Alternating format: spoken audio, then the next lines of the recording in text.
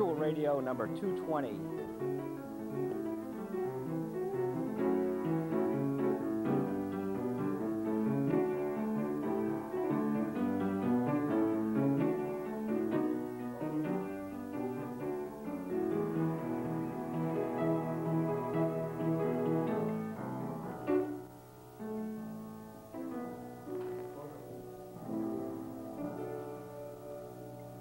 Visual Radio number 220 with a very special author of the book, The Poet in Exile. Somewhere in the studio is Ray Manzarek.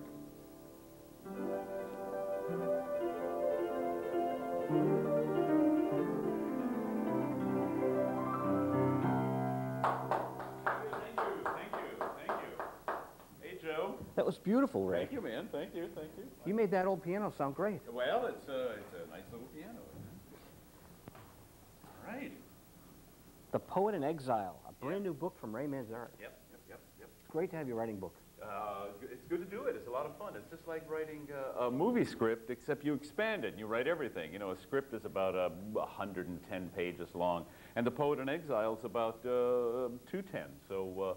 You know, I just described everything. You don't do that in a film script, but in a book you describe everything. But it's like a movie taking place before your very eyes. That's what I'm doing. I'm writing, I'm watching it, and I'm writing it all down as fast as I can. To digress a little, the Love Her Madly film, did you have to sketch that out? Oh, Love Her Madly, that's a movie I made, and will be out eventually, hopefully within the next 6 months or so on DVD. And it's a story, it's my first directorial feature film. Really? Except we shot it on digital, so it's not a film, it's a, you know, I don't know what it's called. It's a digital, but it's a movie, it's a digital movie. And it's a story of love, murder, and obsession on a college campus. 3 guys are all in love with the same girl and love her madly. She drives them all crazy.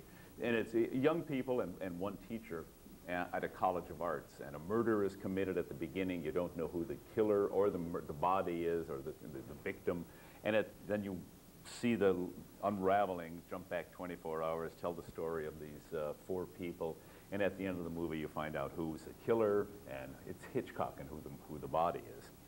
And it's hip-hop Hitchcock, a friend of mine said, because it's like, you know, it's got a lot of good music. I did a lot of electronic music to it. But did I have to sketch it out? I didn't do any sketches. No. I can't do that at all. No, I meant like screenplay. Well, I wrote the script, yeah. I wrote the script, sure, yeah. Absolutely, yeah. And that was, you know, I've written about a half dozen scripts, and so I thought I'd write a novel. Well, this one lends itself well to making a digital or a film. Hey, that's a possible, yeah. I mean, who knows? Maybe somebody will want to turn it into a movie. I don't know. It's, we'll see what happens. In Hollywood, in Los Angeles, everybody's got a movie going, you know, so, you know, who knows? You know when you're at the barber shop and you see the mirror and then the mirror behind you? Right. And then you're kind of like looking into infinity. Right. This is kind of, I was wondering, is this a reflection of the past, or is it a reflection of the present? Yes, good point. That's a good point, yes. It is a reflection of the past. There's a lot of things in there that are based on the truth, and there's a lot of things that are imaginations, you know, that are the other side of the mirror, you know. So, yeah, you're definitely looking back into my life and Jim's life, and but you're also seeing my projections. Basically, this book is my projection for Jim Morrison. He didn't get to live a full life. He was only, I mean, he lived a full life, but he only lasted 27 years, 27 and a half. Like kids say, you know, I'm 4 and a half. Jim was 27 and a half. That's all he put in on the planet. So I wanted to give him another 30, 40, 50 years on the planet.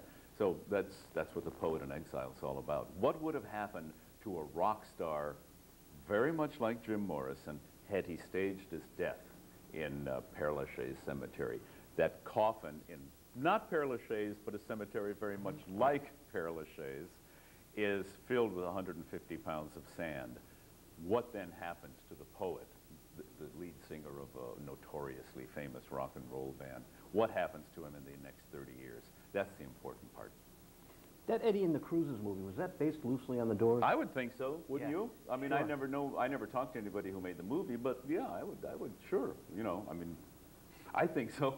The soundtrack was down around these parts. Oh, of course. Eva Brown. Sure, sure. Yeah, right, exactly, exactly. That's a real, yeah, that's a real East Coast. I mean, that's you guys here, man, yeah. And that was a strange phenomenon because the record, of course, hit after the movie hit TV. Right, right, right.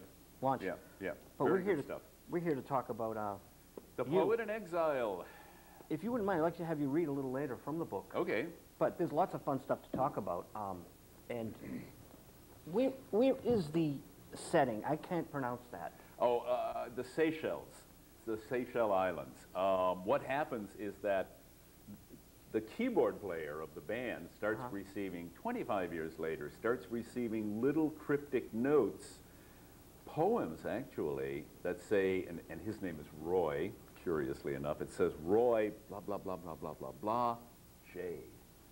And he realizes, the keyboard player realizes that this is the poet's handwriting, because Jim had a distinctive handwriting. I could recognize it anywhere. And he gets, my God, this is impossible. The man's dead. Then he looks at the envelope, and the envelope has a little stamp and a little cancellation mark from the Seychelles Islands. And the Seychelles Islands are in the middle of the Indian Ocean, the middle of nowhere, 1,000 miles due east of Mombasa, it says in the book, and that's where, in fact, they are. And Jim, this is based on truth. The reason I put him at the Seychelles Islands is because about a month before he left for Paris, we're working on L.A. Woman. And Jim said, out of the blue, he says, you know, like we're talking, he said, have you ever heard of the Seychelles? And I went, the seashells? He said, no, no, no, the Seychelles. I said, no, man, I haven't. And he pulls out this little brochure, and he said, check this out, man. Little group of islands in the Indian Ocean. And I look at this little brochure, and it's just gorgeous, absolutely beautiful, incredibly beautiful. Just a little bit off the equator and absolutely marvelous. And the people who live there consider the Seychelles to be the original site of the Garden of Eden. Truly. That's how nice it is. Whoa. So, you know, I'm looking at it saying, gee, this is really incredible, man. I said, where is it? He said, middle of the Indian Ocean. And he said, you know what? A man could disappear in a place like that. And I said, boy, he sure could, you know, in the middle of the Indian Ocean. I said, really cool, man. Let's get back to work. And that was all that was ever said. So when it came time to write the book, I thought, I remember the incident. I thought, yeah, the Seychelles Islands. What better place for the poet to go? Just the middle of the Indian Ocean.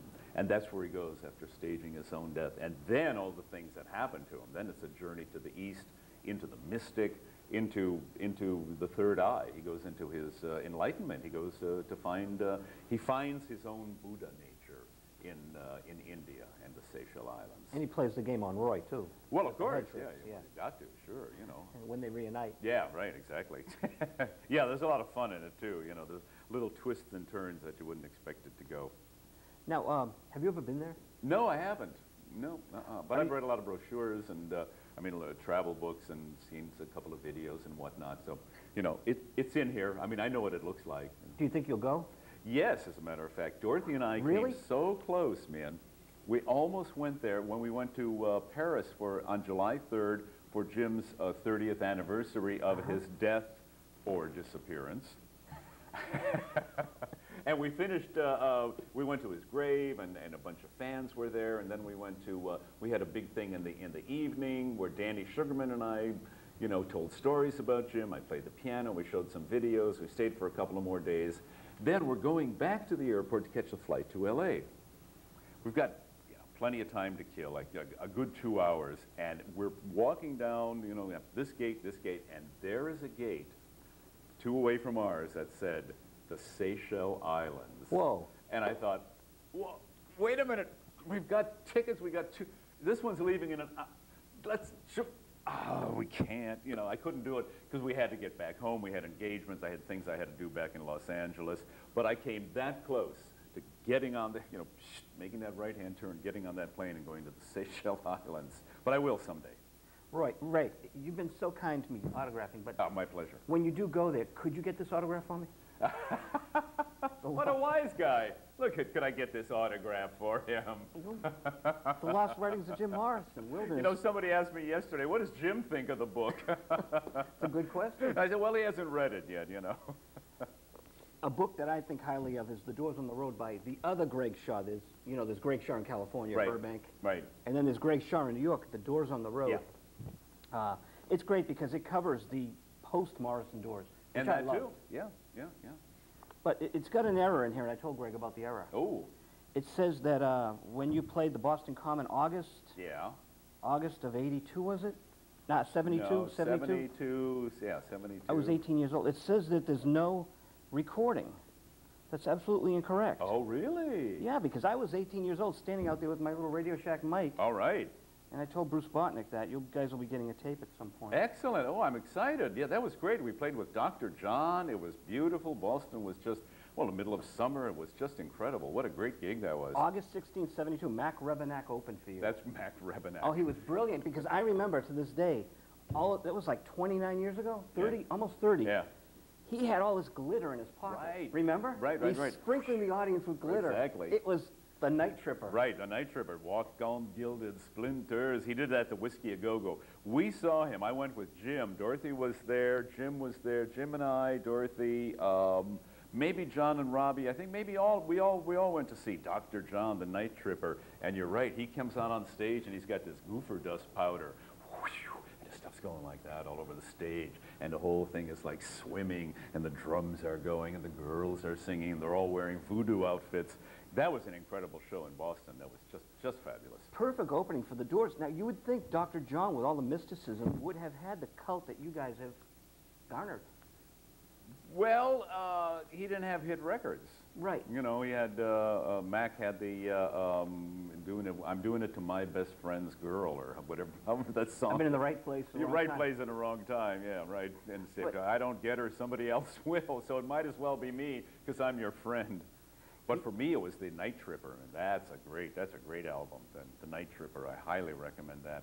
That's voodoo, and that's New Orleans, and Walk on Gilded Splinters. What a great song. There's some really good stuff in that album.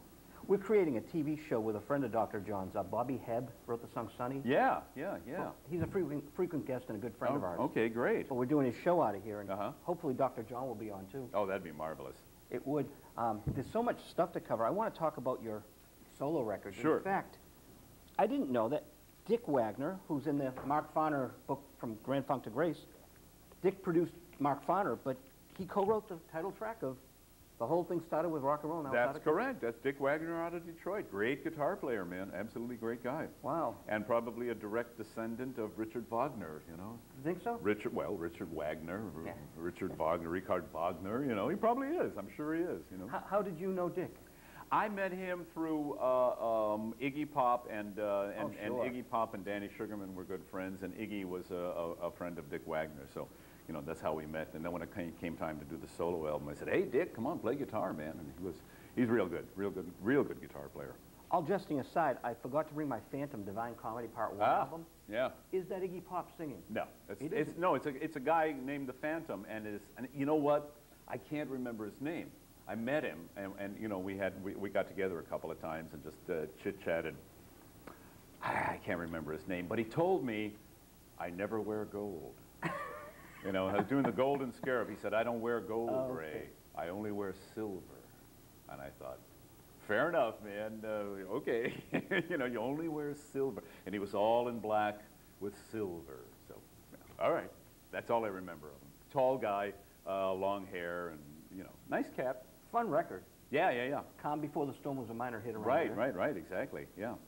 Patti Smith is on I Wake Up Screaming, correct? Right. Was this her first major label appearance? Yes, right. Wow, so... Right. She's reading Jim Morrison poetry on that, exactly. Which must have been a huge thrill for her. Oh, I guess, you know, it was certainly fun for me, you know, especially when she came on with the, with her New Jersey accent. Whoa, well, that's a strong New Jersey accent that she's got. Good girl, real, and a great poet, of course, in her own right. You know, as the Doors continued after Jim Morrison, I was still a big fan of that music. Thank you. And I felt if you guys had done these albums, even though it has the same feel, yeah, I would have liked the Doors to have continued. Well, you know what? It was time to close the doors on the Doors. It was just that. It was no longer the diamond, you know. It was a pyramid. It was only three-sided with the fourth member of the Doors, and it was a diamond. And I don't know. It just seemed like it was time to put the Doors to bed and close the doors like Abraham Lincoln. And now they are history. Clunk. close the doors. But the beauty of the Bright Midnight series now. Oh, well, we're not finished with our records. You know, John and Robbie and I finished back then making records together, but we may get together before the year is over to begin to make some new stuff. Really? Yeah. And a certain great poet that I worked with last night at the Middle Eastern right here in Boston, Jim Carroll, has got some great song lyrics, and Jim and I have worked on some songs together, so we may incorporate Jim Carroll's song lyrics into some Doors music. That could be a lot of fun. Well, Jim Carroll has an interesting history because I think his first recorded appearance was on that Velvet Underground legitimate bootleg, live at Max's Kansas City. He's talking to Bridget Polk as she's recording the Velvet Underground. It's just kind of funny how it's all come full circle. You guys are now putting out all these very important tapes. Yeah, on Bright Midnight. And Bright Midnight Records is basically for fans. It's a website. It's our own website record company, available on thedoors.com. Not Doors, but thedoors.com. And it's all the concert material that we have in the vaults, and all the other bootleg stuff and stuff that was recorded by people, and who knows, you know, the Doors on the Boston Commons might come out on Bright Midnight Records too. Sounds pretty good. All right. I had a nice unique. And you know what? If Bruce Botnick puts that stuff through Sonic Solutions, really, you'd be surprised what he can do. I mean, some of the software for cleaning up the sound and just adding bottom, depth, and top to it. It's just amazing. So, you know, let's keep our fingers crossed that it's a pretty good performance. I'm looking forward to hearing it. It's a great performance. You were doing material from, of course, Other Voices. Yeah, yeah. You sang Light My Fire, but Right. you had a nice, powerful band. And if you remember the Boston audience, it's unforgettable. You know, they were there, they loved it, and it was summer thing. It was the end of the summer thing series. Couldn't have been better. Couldn't have been better. Boston audience is one of the most insane audiences on planet Earth. They are so enthusiastic and so wild. You know, I love coming to the whole New England area and playing here. It's just absolutely great. Can we talk about the recording of Other Voices? Sure.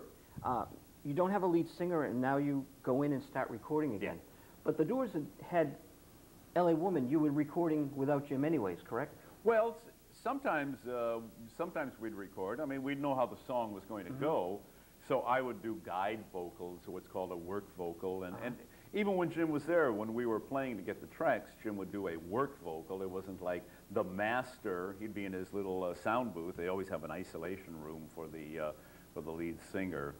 And sometimes he would get a master take, but for the most part, he'd kind of hold back a little bit and do a guide vocal for us. So I did that when we were recording, so it was like nothing new, you know, do the guide vocal, and once again on Full Circle and Other Voices. How'd you come up with Tightrope Ride? Boy, that's a good question. Who knows where songs come from? That's a great. Thank you. Yeah, I think so too. It was a Boston hit. Yeah. Oh, was it? Yeah, good, it was good, getting good, played good, here. Good, good. Jack Conrad plays absolutely magnificent bass, and you hear the bass on Tightrope Ride from Other Voices. It's like he's just all over the place. An incredible bass playing, and it's basically a song about existentialism. Is what it's about. It's riding a tightrope from the mud to the sun, going on that cosmic journey, which is what the poet in exile also does. That's what my book is all about, that cosmic journey, the poet coming out of the mud and just riding all the way up and becoming one with the light of the sun. And that's what a tightrope ride's all about. Yeah, and that's what life is all about. Life is like, it's like riding a tightrope, you know? It's like you got your balance on the thing. You better get your balance, the words say. You're going to lose the way. Just feel it. You got to feel, and you feel life, and you feel the energy of existence and the joy of existence, and it becomes not a difficult tightrope walk, but a tightrope ride. You can ride that thing. It's like surfing, you know, except you're riding, and the void is here, and the heavens are there, and you're just barreling right on that tightrope. Just the energy of the sun is just sucking you right up into it, and that's what Tightrope Ride's all about. It's such a cool song. Yeah, thank you, thank you. I go on eBay quite often, and there's a lot of Ray Manzarek stuff. It's expensive to be a fan of yours. The Poet in Exile book, which is brand new, people, it's like there are copies from California autographed already on eBay. Oh, right. I mean, that, I was just doing it a couple of weeks ago, you know, so that's fast. It's real fast, and it's expensive, my God.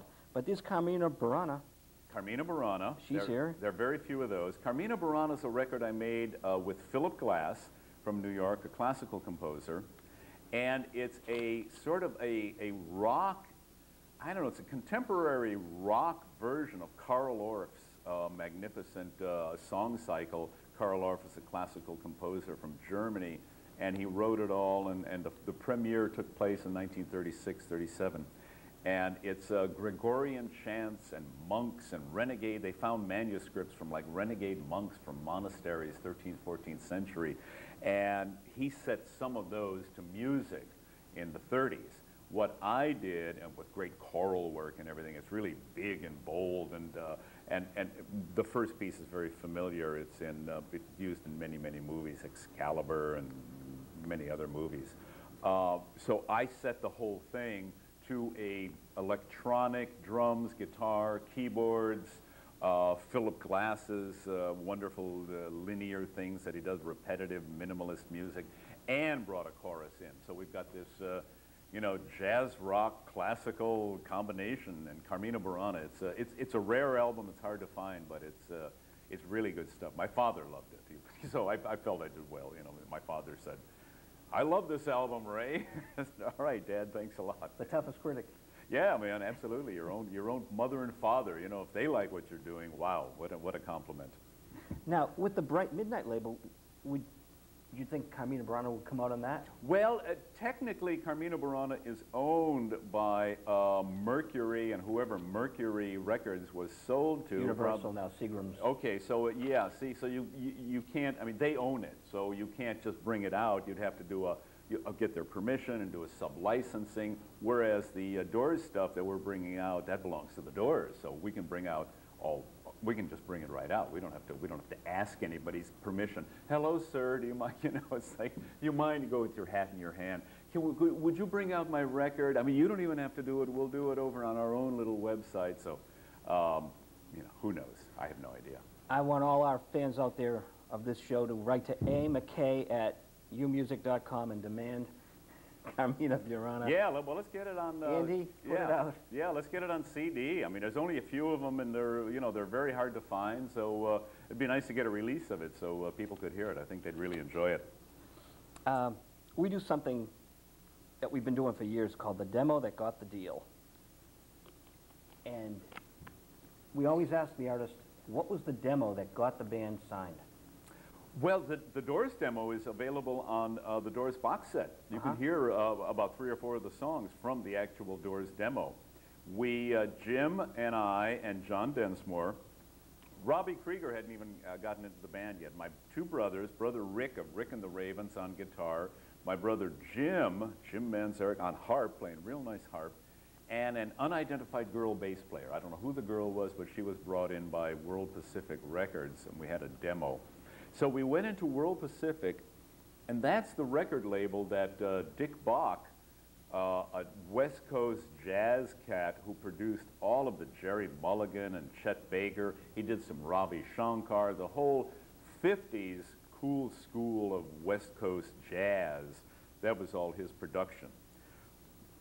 I had signed, Rick and the Ravens, my brother's surf band, had signed a 3-single deal with Aura Records, a subsidiary of World Pacific. We recorded 2 songs, or two discs, two 45s, and Rick and the Ravens had broken up by then, and the guys went this way and that way, and we had 1 more to go. So I went to Dick Bach and I said, and I got friendly with him because he's very Indian, he's oriented to Indian mysticism. And so we talked about that, and I said, listen, we got 1 more thing to do rather than, you know, force you guys to make a record and put it out and everything. I've got this new band together, it's called The Doors. Can I use the time to make a demo? And he said, sure, man, take a 6-hour day and go ahead and record the stuff. And I said, we don't have a bass player, though. He said, I'll get you a bass player, and he got some girl to come in. A very good guy. So that's where we recorded, right at World Pacific Studio, where Ravi Shankar had recorded, Jerry Mulligan, Chet Baker, Shelly Manne, all those 50s cool cats, all recorded there. We recorded the Doors demo right there. There's a Moonlight Drive and Summer's Almost Gone, My Eyes Have Seen You, a couple of other things are on there. And it's a combination of the Doors and Rick and the Ravens, and that's what we walked the street with, a 12-inch with 6 songs on it. And we went from label to label, you know, knock, knock, knock, hi, we're a band called the Doors. And the what? You know, they can't remember this in 1966. We play kind of psychedelic music. Would you play our record? And some would play it. Most people wouldn't. They said, get out of here. We're not even going to play it. We don't take stuff off the street. Some guys played it and just said, nah, nothing here. One guy, I'll never forget this, man. Lou Adler, too. Lou Adler is like a real big producer. He had the Mamas and Papas. Absolutely. So we're in his office, Dorothy and I and Jim, puts the LP on, and he goes, picks up the tone arm, goes,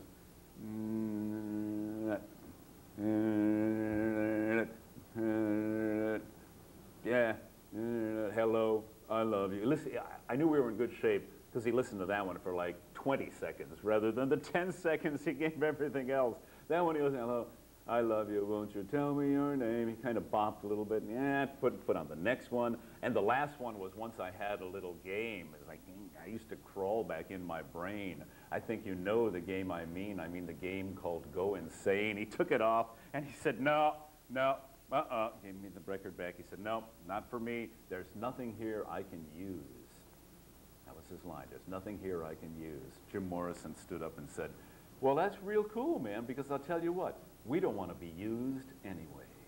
And we walked out the door, and, you know, that hardly ever spoke to Lou Adler ever again.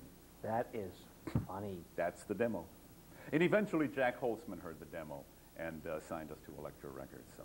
And Elektra was, at that point, a folk label? Yeah, out of the East Coast, a New York label. No one in L.A. would sign the Doors. We couldn't get signed by anyone in Los Angeles, because at the time, the whole sound was the Byrds, and you had to have or you had to have a sort of a San Francisco, the Beau Brummels were big, and they wanted hits like that, and instead the Doors are doing some sort of jazz rock, you know, jazz rock psychedelic with weird lyrics, and you know, they wanted, you know, guitars playing cover versions of Bob Dylan songs or something like the Byrds did so wonderfully.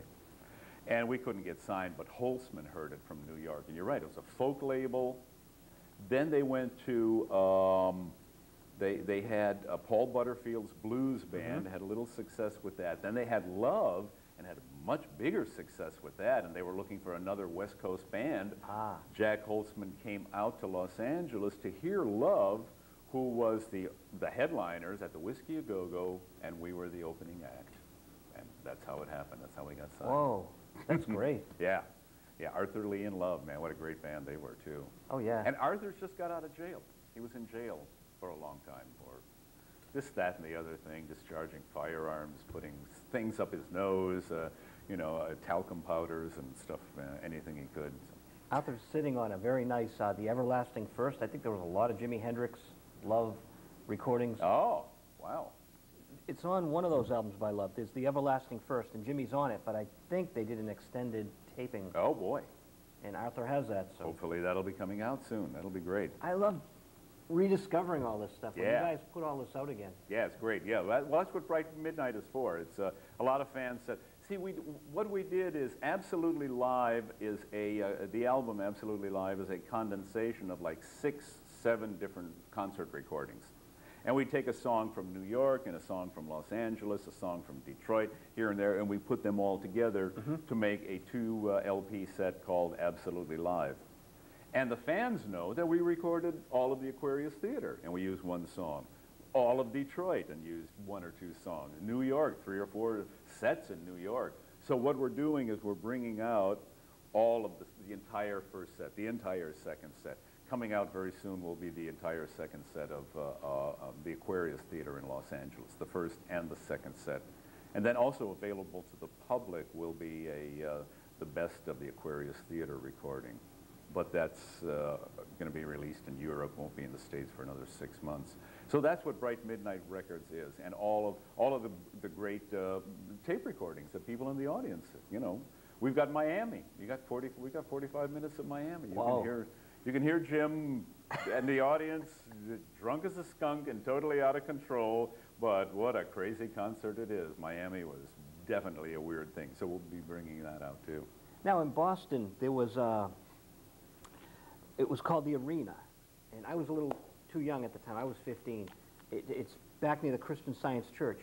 I think there was a riot or something that night. Urban legend around here. Yes, absolutely. Yeah, and the cops pulled the plug. This concert's over with. They just, really? Yeah, they're like, shut it down, you know. You pull the great power things. Wow. Lights going, sound went off, and, you know, and sort of the house lights came on, and spotlights went off, and it was just like, it was chaos. I mean, it was chaos in Boston. Well, after playing last night, I can understand why. You know, we had maybe 400 people, and we were singing Doors songs. I'm playing, and they're singing. That's a rowdy bunch. That is, at the Middle East. Yeah, I mean, Square. so you take that crowd and fuel them with God knows what, and put a lot of them into the arena or the garden, and you pull the cops pull the plug, they ain't gonna stand for it. Hey, we want more, and yeah, there was a whole riot, man. Big riot. Now, that's a little different from the Michael McClure stuff you do. Well, that's a chamber. That's an evening of chamber music, of drawing room. We're in a drawing room, and a poet is reciting his poetry, and a keyboard player is playing his poetry. It's very exciting. It's wonderful. I started at Night Stage, the old Night Stage in Cambridge. Good. Yeah, it's very dynamic. It's we do some very beautiful things. We do some very passionate things, but nonetheless, it's still within the realm of. I mean, it could have been performed, what we do could have been done 400 years ago. Mm-hmm. You know, a keyboard, a cembalo, a harpsichord or something, or a little old-fashioned, old-time piano, and a poet. So basically, we're just carrying on the tradition of acoustic and music and poetry. Now, will you be doing more work with Michael? Oh, yeah, sure. Great. Sure. Yeah. We'll be in San Francisco at the end of March, and we're having a record release for a little CD that we did independently released, and we'll be playing together in San Francisco again. What's that called? It's called There's a Word. There's a Word. And it was recorded at a great place. It's a church. It's called the Noe Valley Ministry. Church on Sunday, performance space on Friday and Saturday. It's an old church. Not old for you guys, but old for us, maybe 50, 60, 75, maybe even 100 years old. Wow.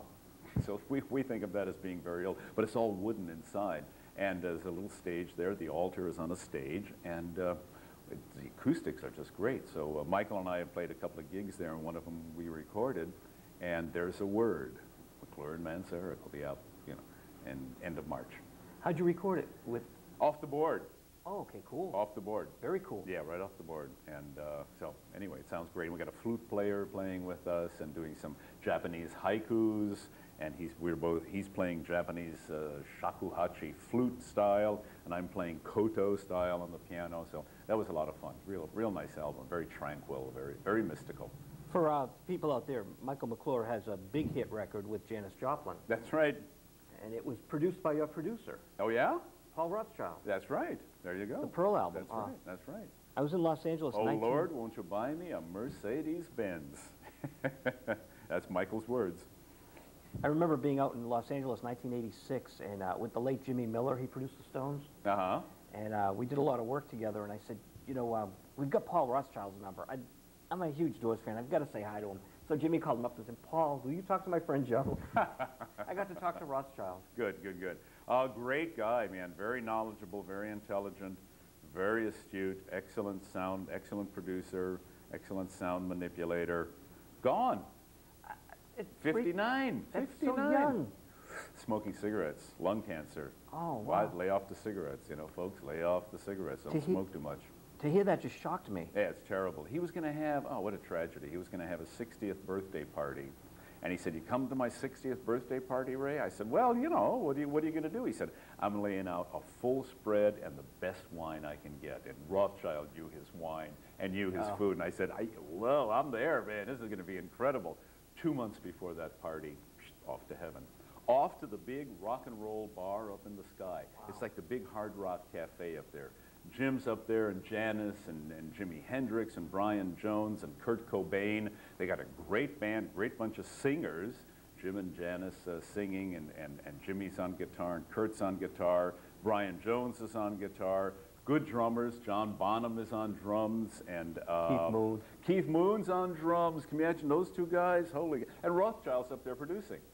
You know, so he's making all the moves on the knobs and everything.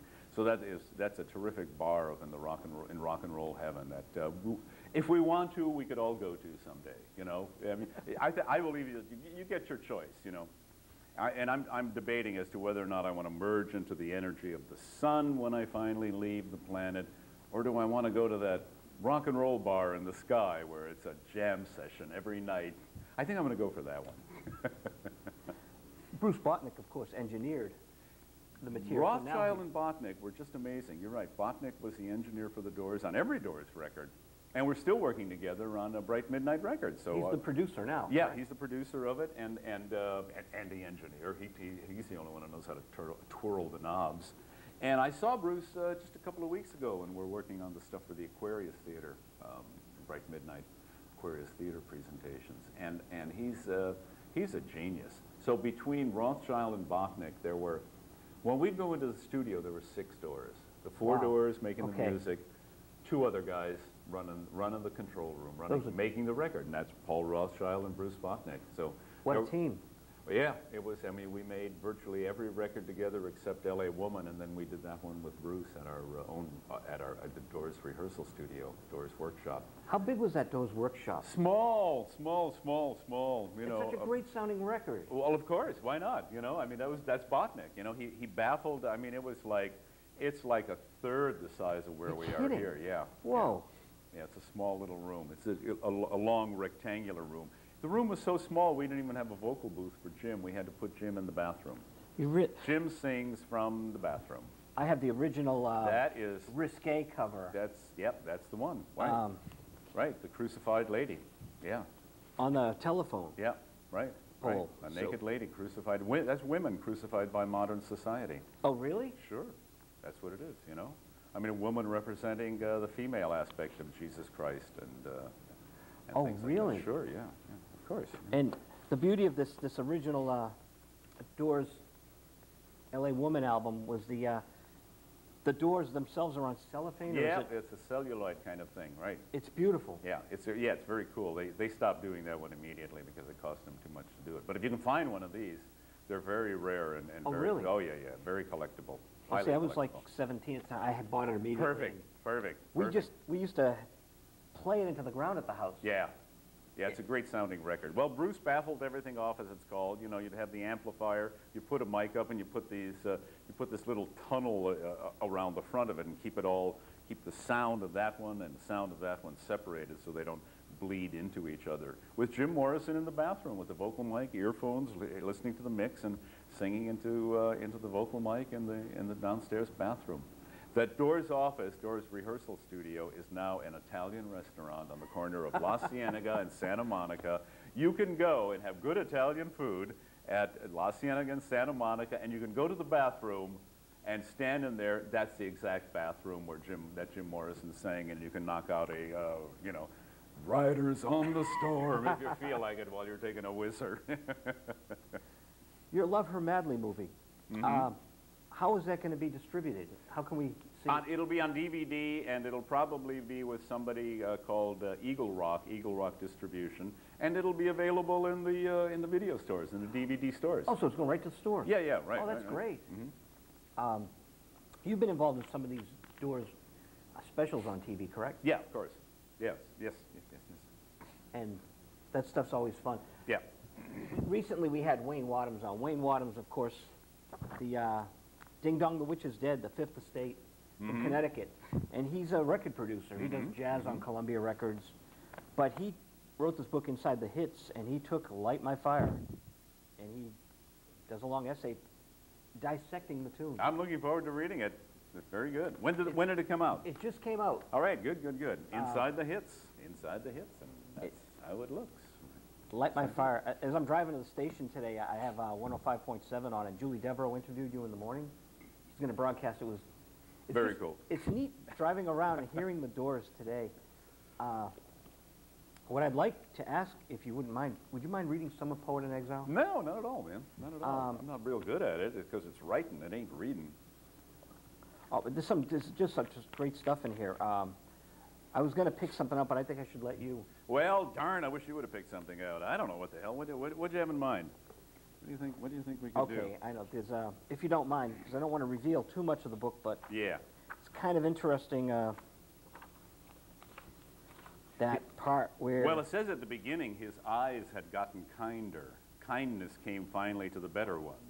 There was less self-interest, less fear, less competitive gamesmanship. And that's by Charles Bukowski. And what is that, Hollywood? Hollywood's a book that Charles Bukowski writes about making the movie Barfly and being involved with the people in Hollywood. That's a kind of it's a pretty funny book. Well, as we sit here looking through the book, I have no idea what to read here. I had nothing prepared. I wanted to do the part with the skateboarders, but I don't know if that's too revealing. Ooh, that's kind of revealing. But let me Okay, read we this won't do first that. part to you. I'll give you an idea of what the book is all about. I received the first letter from the poet a little over 6 months ago. I knew it was from him, but that was impossible. He was dead. He was buried in Paris in the 1970s in one of those charming Jules and Jim, tree-lined, flower-bedecked, mausoleum-encrusted cemeteries so favored by artists, poets, composers, stray cats, and romantically obsessed young girls. He was buried in a simple mourning ceremony, attended by only 5 people: his mistress, 2 French friends, his manager, and his secretary. The manager reported a sealed coffin. He never saw the body. The secretary merely attended the funeral and then drifted on to other lives. The mistress retreated into heroin and died of an overdose 3 years after the poet's death. Only the 2 French friends knew the truth, and they weren't talking. Not to the press, not to me, not to anyone. Could the rumors of 150 pounds of sand in a sealed coffin be true? A coffin said to be sealed for the sake of propriety? And what of the Algerian doctor? His signature on the death certificate is said to have been purchased for 5,000 American, a not insubstantial sum in 1970s money. Could it be true? The death certificate says his heart stopped, nothing more. No cause of death, no suspicion of foul play, no death by misadventure, no trauma, no autopsy, nothing. His heart finally simply stopped. However, given his excessive lifestyle, the drinking, the drugs, the women, and the toll it took on his physical condition, it did seem as if the final payment had come due. Or was it a hoax? And that is what this book is all about. That's the best part for you to read. That's awesome. That's what you're going to find out. Or was it a hoax?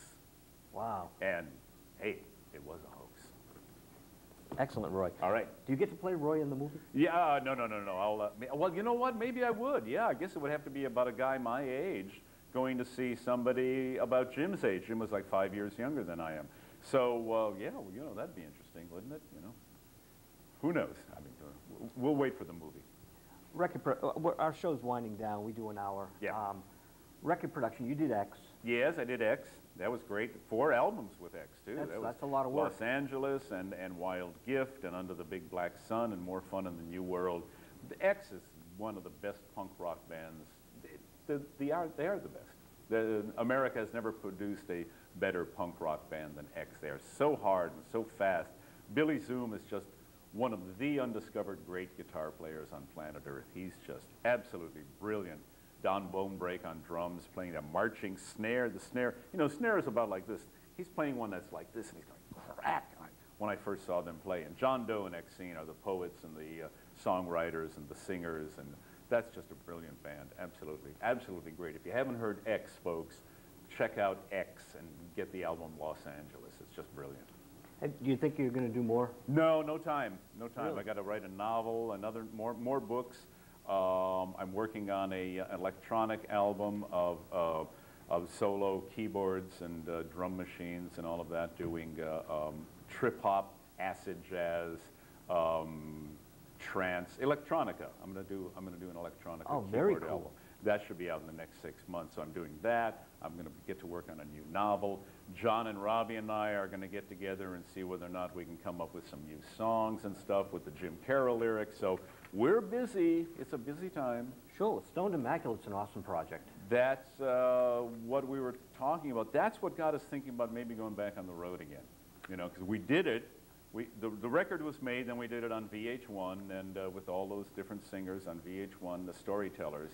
And we thought, you know what, we could take this thing on the road, man. So, I mean, if all goes right and everybody's schedule will allow for it, and the three fates will allow for it, and they're making, and you'll read about the three fates in the Poet in Exile, and you'll understand who those three sisters are. If they have planned it for us, then it might happen by the end of the year. When I do my radio show, I also play the Ghost song quite a bit. Ah, cool. I don't know why classic hit stations don't jump on something like the Ghost song. Well, technically it wasn't a hit, because they can only play the hits. See, on a classic station, Right. if I hear a song that's not a hit, here's their assumption. Turn it off. Whoop, you're going to press the dial and turn it off. It's got to be a hit. It's got to be a recognizable hit. So the Ghost song was not technically, you know, it's not a top 40 hit. So they only play top 40 hits. It's top 40 radio, except from the past, you know. Thank God the songs were good in the past. Otherwise, you know, you'd be listening to the Naval Girls and the Five Boys, you know, that stuff. But with all this great material you're unleashing on the world, wouldn't it be smart for these stations to start playing even live versions of, you know, play the end? Everyone knows the end. Everyone loves the end. But that recording is not a hit. No, this is not up to the DJs. Oh, the DJs are dying. I mean, I talk to DJs in LA. They're going, God, you know, our format is about that wide. You know, it's got to have been a recorded hit. Can't be a live version. Maybe one late at night between 2 and 4 a.m. you could get away with that. But boy, in the daytime, you've got to have just the recorded hit, and that's all they'll allow them to play. You know why? Because the commercial sponsors. The sponsors say, play the hits. We're paying for it, you play the hits. Interesting. But you saw the reaction last night to what you're doing. Oh my God, that was phenomenal. The audience wants to hear it. The DJs want to hear it. Yeah, I know. The people want to hear it, the DJs want to hear it. There's somebody called the middleman. There's the DJs and the artists. There's the people. In between are the middlemen. They're the ones who are controlling what comes from here and what goes to the people. There's a huge wall there, and it's called industry, it's called advertising, it's called money, and that's exactly what we were fighting in the 60s. Break that wall down. Let's get the artist in almost direct access to the people. Let's stop the control of the networks and the corporations, because what are they in it for? Money, money, money, money, money, money. That's all. You're doing art.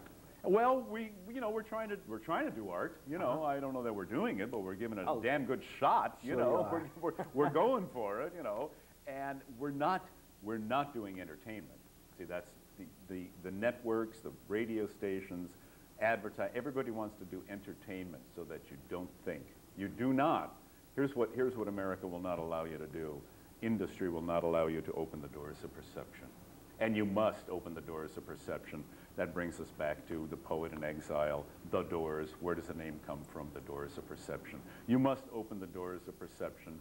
Otherwise, you're not a free man, a free woman on planet Earth. Otherwise, you're a slave. And that's hell. That's hell, man. Being a slave is hell. Being free is like, wow. What an incredible world it could be. It's the Garden of Eden. All we have to do is reclaim it. It's ours. We are the people. We, the people of this great American nation, belongs to us. The Garden of Eden is ours. We just have to reclaim it. So you're in the studio recording, and Jim Morrison shows you this little brochure of for the these Seychelles Islands. Not only did he have the legal hassles in Florida, and the pressures from the record label, and you would, of course, come to the end of your contract. Yeah. Which is very telling. But you also have these things that shouldn't belong in art. Right. Weighing on Jim and you. Yeah, yeah. Do you think that gave him an idea to just like, I can't deal? Well, you know what? He went to Paris, didn't he? Yes. And who knows, had he stuck around a little bit longer, where he might have gone after Paris. He might have definitely gone to the Seychelles. Except he called, John called Jim, and like the end of May, 6 weeks before Jim died. And Jim said, how's LA Woman doing? And John said, LA Woman's doing great, man. It's racing up the charts. Love Her Madly is a hit. The critics are saying the Doors are back with all their power and passion. And Jim said, all right, man. And, well, he said, I'm getting itchy to sing again. And John said, listen, Ray and I and Robbie have been talking, why don't we take the whole thing on the road with Jerry Sheff, the bass player who played on L.A. Woman, and Mark Benno, the rhythm guitar player, and go out and do L.A. Woman just like we did it in the recording studio in Morrison. Said, what a great idea, man. We'll all go out. It'll be like the 6 of us like we recorded. That's how we recorded the album. Very few overdubs on it. Virtually all live recording on L.A. Woman. And Jim was very excited about it, and John said, well, we're excited too, man. When do you want to do it? And Jim said, as soon as I get back. And John said, all right, man, well, when you coming back? Jim said, I don't know. I don't know. I'm having a real good time over here, and man, I can't say, but you know, when I get back, let's go on the road, man. I'm getting itchy to do some songs. And that was the last time any of us ever spoke to Jim Morrison. 6 months, 6 weeks. 6 weeks later, he was gone. Wow. Mark Benno, was that the dude from Asylum Choir? Exactly. Interesting. So you had a nice array of people. You know, Jerry Sheff became Elvis Presley's bass player. Jerry Sheff was waiting for Jim to come back so we could go on the road, because he was all excited. Oh, we're going to go on the road and do this. I'm going to play with the Doors live. This is great. And all of a sudden we had to say, guess what, man? It ain't happening, because Jim's not only not coming back in the next couple of weeks, Jim Morrison is never coming back. And Jerry Sheff said, oh, I guess I got to go get another gig, huh? I said, well, you know, we're not going on the road, man. Jerry Sheff went off, and Elvis Presley was looking for a bass player right at that very time. And then Jerry called us a couple of weeks later and said, I got a gig, guys. And we said, who? Who are you playing with? He said, Elvis Presley. So anytime you see... Huh? 2 kings. Everything. The Lizard King. He went from the Lizard King to the King. You're right. You're right. I didn't even think of that. The King and the Lizard King. So anytime you see an Elvis video or one of those movies of Elvis in Vegas, that bass player, that's the Doors bass player from L.A. Woman. That's Jerry Sheff playing on all of them. Very cool. We're going to have to get you to a radio interview. Yeah, exactly. And then you're doing a signing? Signing tonight. That's right. At the Booksmith? Booksmith in Brookline. We taped Margaret's show there. So my final question will be, have you ever read Keith's Secret and Suppressed? No. Do you know of it? No. There's a book called Secret and Suppressed, and we did a special on it 5 years ago, and it talks about all the reasons why Jim Morrison's still alive. Ah. But the author was mysteriously died. Whoa. There's a lot of, it's not just Jim Morrison, it's a lot of stuff about the CIA and the FBI. Okay. And this guy, I think his name's Jim Keith. I've got to go on the web and search for him. But excellent. A co-host of mine, Tontaleo, read the book with JoJo Lane, Denny Lane's ex-wife from Wing. Okay, sure. She knew Jim. Right. I don't know if you remember her from Right. Boston yes. days. Yeah. Very cool. JoJo's son's now our cameraman. Not here today, but... Full circle. It's all going full circle, huh? It was such a pleasure to have you here. All right. Good, Joe. Thank you so much. And you know, I hope this does really well. Well, let's keep our fingers crossed. It's a good read. It's not thick. You can read it real quick, and you'll have a good time with it. You can, and it is a lot of fun. It's Visual Radio number 220 with Ray Manzarek. What a pleasure to have you here. All right. Thanks a lot. Bye-bye. Good to talk to y'all.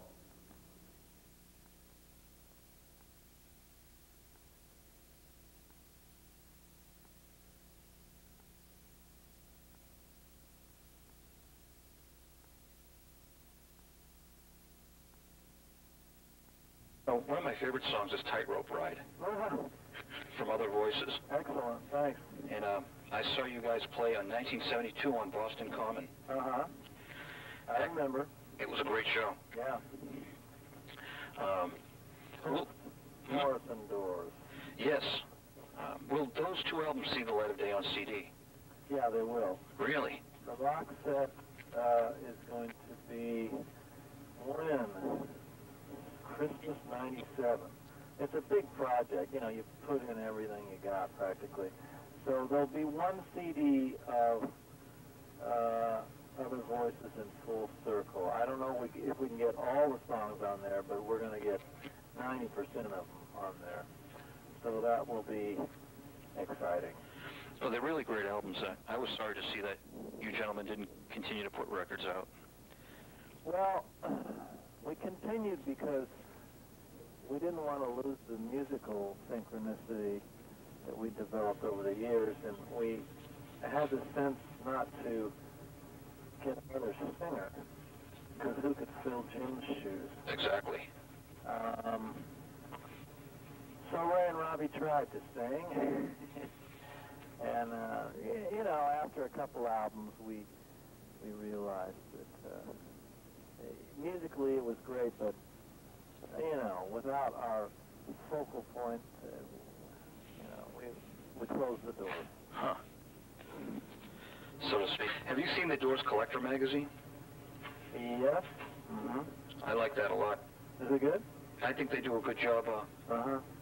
researching and talking to Jack Halsman and people Oh, good. Yeah. involved. It says that you're an actor.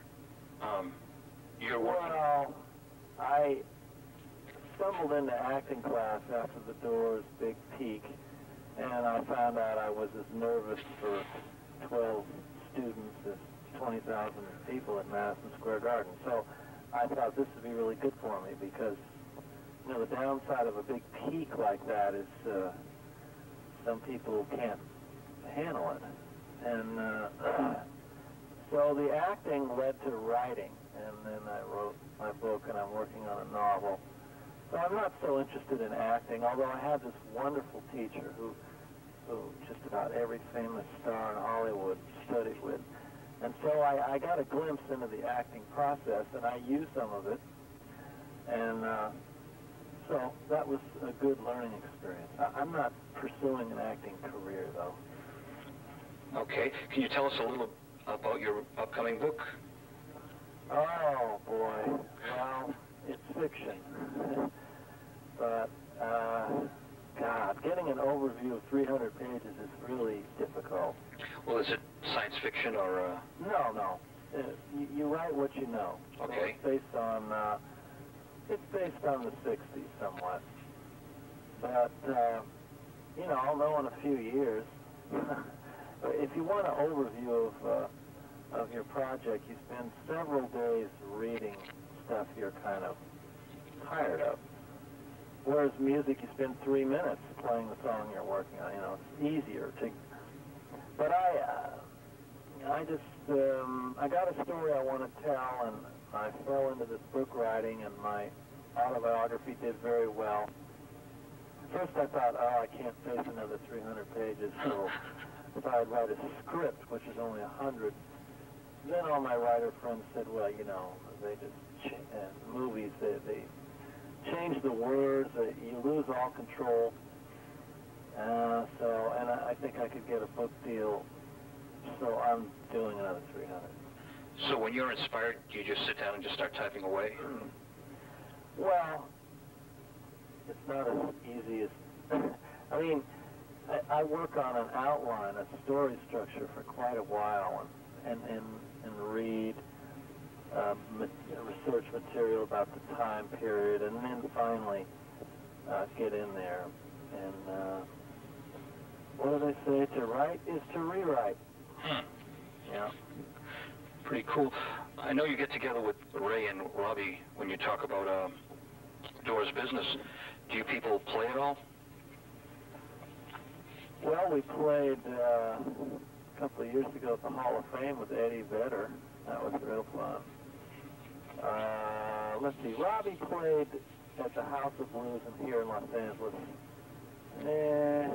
half a year ago, something like that. And I went down and sat in on Light My Fire and a couple other songs. That was fun. Must always be a treat for people. Treat for me.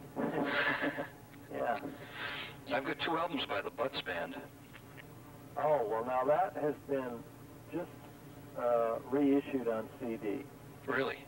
On a small label called One Way Records. Oh, yeah, they're doing a good job. But the whole thing, both albums are on CD. Yeah, I'm kind of proud of that. They're on one CD? Yeah. It was sort of reggae before. We were in Jamaica recording, and the Wailers hadn't come to the States yet, so we really got a glimpse into what was coming, and so we were very influenced by that. I remember because you did play in Boston at a... Yeah. It's now a mall. Pardon me? In Cambridge, Harvard Square. That's right. Mm-hmm. Was that 73? Well, I don't know exactly, Joe. Bruce Botnick produced one of those albums. Yes, he did. And he produced with us L.A. Woman. Right. Which I think is an absolute masterpiece. Oh, thanks very much. L.A. Woman was a breath of fresh air because we had made 5 albums with Paul Rusk.